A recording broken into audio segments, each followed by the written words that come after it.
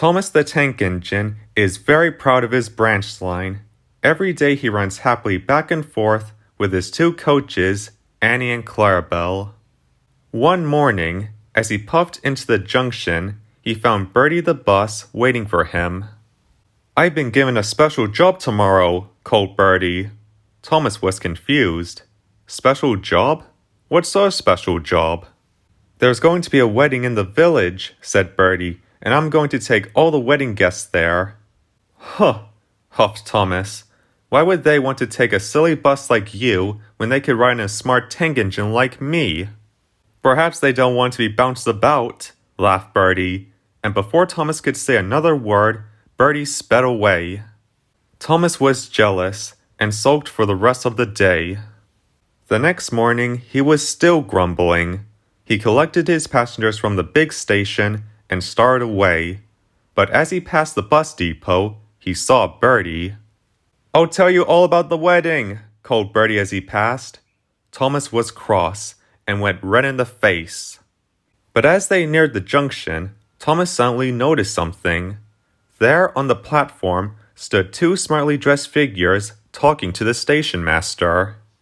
"Why, bless me, it's the bride," exclaimed the driver. "What's the matter?" asked Thomas as he stopped.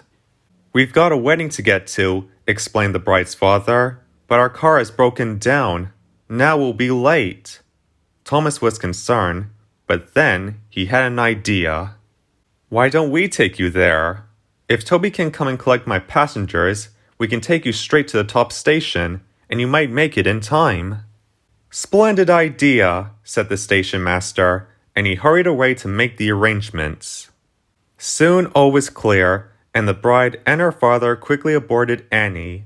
The guard blew his whistle, and Thomas puffed excitedly away. Thomas flew along the line as fast as his driver would let him.